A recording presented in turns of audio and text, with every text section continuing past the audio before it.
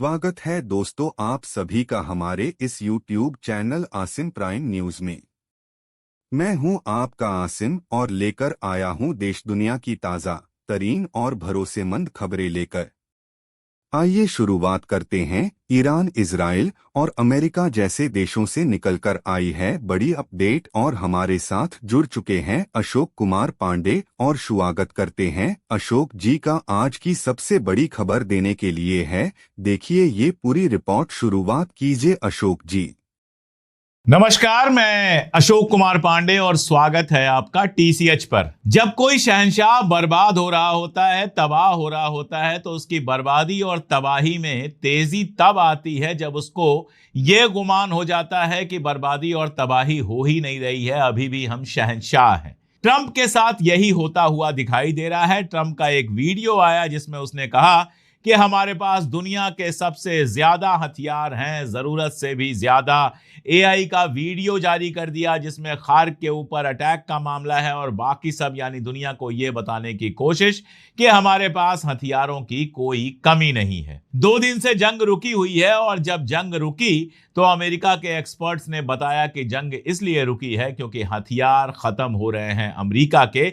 हमने भी ये रिपोर्ट किया था, उसके बाद ही ट्रंप का ये बयान आया है। अब ट्रंप के इस बयान के तुरंत बाद आपको वॉल स्ट्रीट जर्नल की यह खबर दिखाते हैं। वॉल स्ट्रीट जर्नल की जो यह खबर है वो बता रही है, इस खबर के आखिर में जो जुमला है उसको गौर से पढ़िए। कहता है ड्विंडलिंग एयर डिफेंस स्टॉक्स, यानी कि एयर डिफेंस सिस्टम जो था, एयर डिफेंस में जो मिसाइलें लगती थी वो ड्विंडलिंग है, लगातार खत्म हो रही हैं, वो बिल्कुल जीरो हो रही हैं, बहुत कम हो रही हैं, जिसकी वजह से ये जंग रोकी गई है। आपको पिछली बार भी याद होगा कि ये रिपोर्ट्स आई थी और सेंटकॉम का बाकायदा लोगों ने कोट किया था कि अमेरिका के पास एयर डिफेंस जो मैकेनिज्म है वो खत्म हो रहा है, एयर डिफेंस सिस्टम उसका तबाह हो रहा है और नई मिसाइलें इतनी तेजी के साथ नहीं बन पाती हैं। साल में जितनी मिसाइलें बनती हैं उससे ज्यादा 2-4 दिन के अंदर ईरान ने खत्म कर दी थी पिछली जंग में। और हुआ ये कि जब इन्होंने जंग रोकी तो यही सोच के रोकी थी कि ये जो टाइम मिल रहा है, इस टाइम में हम नई मिसाइलें बना लेंगे और फिर से ईरान के ऊपर अटैक करेंगे। इन्होंने नई मिसाइलें बना ली,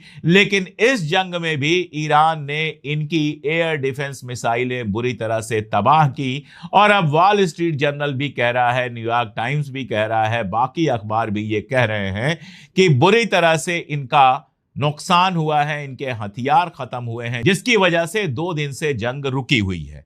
एक्सियास, जिसके बारे में आप अच्छी तरह से जानते हैं कि वो अमेरिका और इजराइल का एक तरह से प्रॉक्सी है, एक्सियास ने एक रिपोर्ट दी जिसमें उसने कहा कि मिडिल ईस्ट में जो सेंटकॉम के चीफ है एडमिरल ब्रैड कूपर, उन्होंने डोनाल्ड ट्रंप को यह सलाह दी थी कि यह जंग रोक देनी चाहिए। हालांकि इसकी वजह यह बताई गई कि उन्होंने कहा कि इस बमबारी से जितना फायदा होना था वो हो चुका है।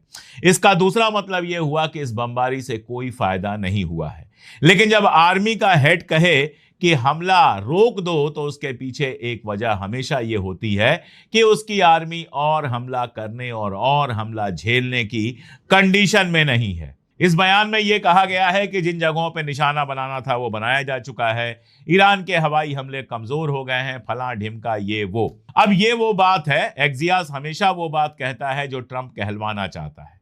तो ये वो बात है जो ट्रंप दुनिया को बताना चाहता है कि लड़ाई इसलिए रोकी गई है क्योंकि ईरान कमजोर हो गया है। लेकिन जिसको ये गुमान हो कि वो ईरान को खत्म कर देगा, जो बार बार कह रहा हो कि ईरान को खत्म कर देंगे, अगर ईरान कमजोर हुआ है तो उसको जंग रोकनी नहीं थी, जंग को और तेज कर देना था ताकि ईरान को मुकम्मल तौर पर तबाह किया जा सके, ताकि ईरानी रेजीम को बदला जा सके और सबसे बड़ी बात स्ट्रेट ऑफ हॉर्मुज को खोला जा सके। अगर ईरान इतना कमजोर हो गया है जितना एक्सियास बता रहा है ब्रैड कूपर के हवाले से, तो स्ट्रेट ऑफ हॉर्मुज खुल गया होता। स्ट्रेट ऑफ हॉर्मुज से आराम से जहाज आ जा रहे होते। लेकिन आज की हकीकत यह है कि स्ट्रेट ऑफ हॉर्मुज पर ईरान का पूरा कंट्रोल बना हुआ है। इसका सीधा सा मतलब है कि ईरान कमजोर नहीं हुआ है और इसका सीधा सा मतलब है कि जंग रोकने की असली वजह यह है कि अमेरिका के असलहे खत्म हो रहे हैं, अमेरिका के सैनिक मारे जा रहे हैं और अमेरिका इस लड़ाई को और लंबा खींचने की कंडीशन में नहीं है। एक और मजेदार खबर यह है, बड़ी खबर है कि नेतन्याहू जा रहा है अमेरिका और अमेरिका जाने से पहले उसने अपने मिनिस्टर्स की एक मीटिंग की और उस मीटिंग में कहा कि अमेरिका चाहता है कि इजराइल की आर्मी गजा लेबनान और सीरिया के कुछ इलाकों से पीछे हट जाए। आज ही यूनाइटेड नेशन के चीफ का यह बयान भी आया है कि गोलानी हाइट्स के आसपास के जो इलाके हैं वो पूरी तरह से सीरिया के हैं, उसमें इजराइल का होना इल्लीगल है। अब इस बात का मानी क्या है, इसको आप समझिए। दरअसल ईरान जो समझौता करना चाहता था या ईरान ने जो समझौता किया था उसमें लेबनान को बड़ा मुद्दा बनाया था, लेकिन साथ में यह कहा था सभी फ्रंट्स पे लड़ाई रोकी जाए। सभी फ्रंट्स पे लड़ाई रोके जाने का मतलब यह था कि लेबनान से आर्मी को पीछे हटाया जाए, गजा से इजरायली आर्मी को पीछे हटाया जाए, और उसमें अपने आप जुड़ जाता है कि सीरिया में भी जो इजरायली आर्मी आगे बढ़ी हुई है उसको पीछे हटाया जाए। अब अमेरिका किसी भी तरह से यह जंग खत्म करना चाहता है, ऐसा दिखाई दे रहा है। 2 दिन से लड़ाई रुकी हुई है और यह खबर आ रही है कि पर्दे के पीछे बातचीत की कोशिशें जारी हैं।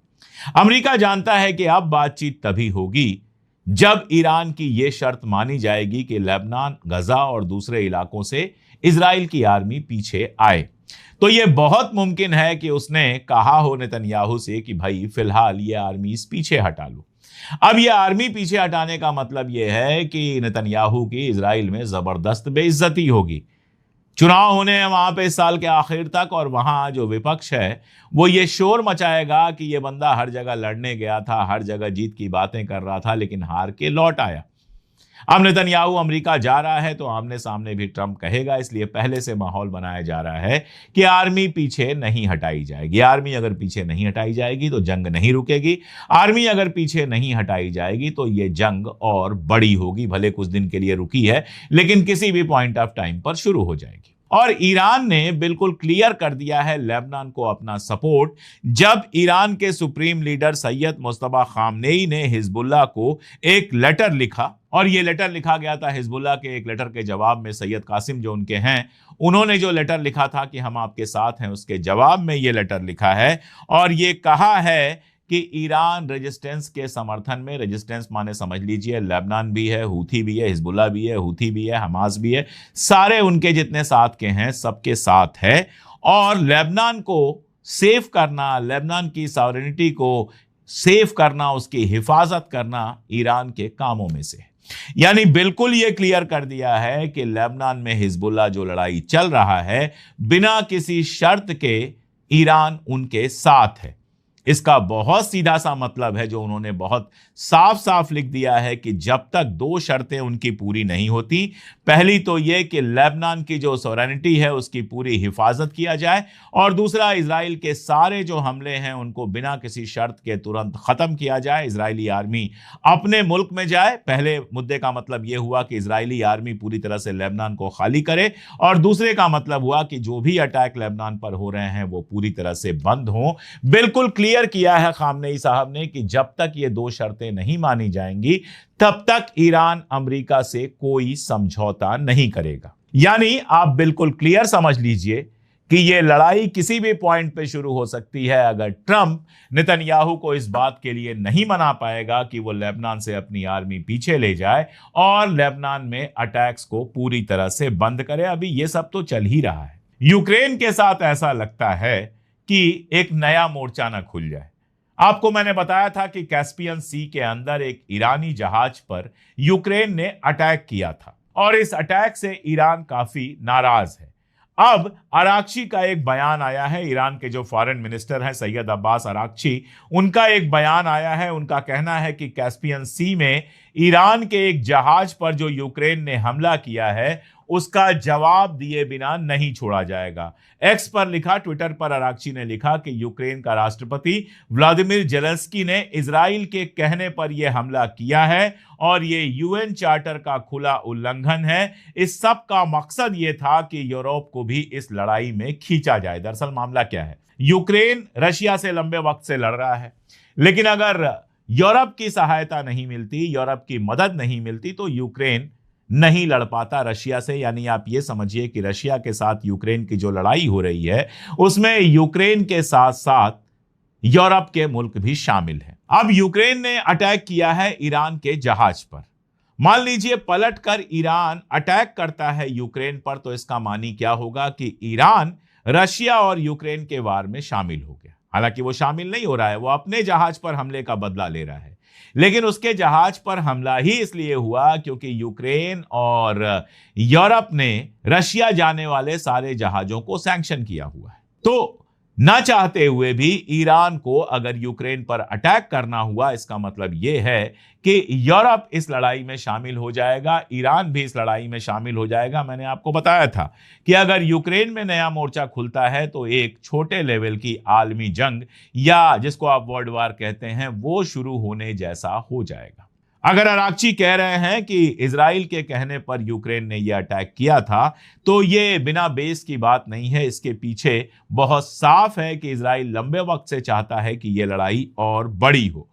अरागची ने बात की है जो ईयू के फॉरेन पॉलिसी चीफ है काया कैलास और रशिया के जो फॉरेन मिनिस्टर हैं सर्गेई लावरोव, और ईरान ने बिल्कुल साफ किया है कि इस अटैक का बदला लिया जाएगा।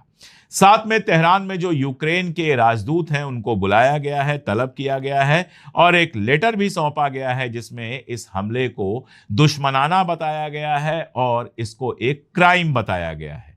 ईरान का कहना है कि शनिवार की सुबह करीब 3 बजे ये हमला हुआ, जिसमें एक जो उसमें बंदा था, नाविक था, उसकी मौत हो गई और 3 अन्य लोगों के घायल होने की खबर है। अब यूक्रेन का जो पूरा का पूरा ये तमाशा था, ये किसी की भी समझ से बाहर था। क्या यूक्रेन चाहता है ईरान भी उसके ऊपर अटैक कर दे?